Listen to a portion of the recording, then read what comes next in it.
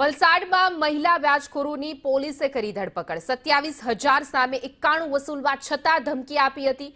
ફરિયાદીએ આરોપી પાસેથી રૂપિયા 27,000 વ્યાજે લીધા હતા। આરોપી નીલમે સિક્યુરિટી પેટે ચેક પણ લખાવ્યો હતો।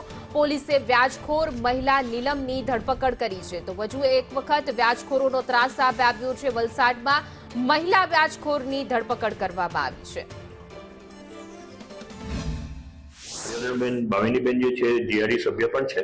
વલસાડ સિટી પીઆઈને સમક્ષ એમણે એવી રજૂઆત કરી છે કે જે આ કામના આરોપી નીલમબેન નિલેશભાઈ સુરતી પાસેથી એને કેટલોક સમય પહેલા રૂપિયા 27,000 જે છે એ કોઈ કારણસર વ્યાજે લીધેલા, એમને પૈસાની જરૂર હતી એટલા માટે, અને તેને માસિક 9,000 રૂપિયા પેટે એમને પૈસા પરત કરવાની બંને વચ્ચે વાતચીત થયેલી હતી। ફરિયાદી બેને કુલ 51,000 રૂપિયા તો ઓલરેડી વ્યાજ પેટે આ આરોપી બેને ચૂકવી દીધેલા। તેમ છતાં પણ અવારનવાર તે ટેલિફોનમાં ધમકી આપી અને રૂબરૂમાં મળી અને વધુ પૈસા માટે થઈ અને તેને ધાક ધમકી આપી અને પૈસા ઉઘરાવવાનો પ્રયત્ન કરતી હતી।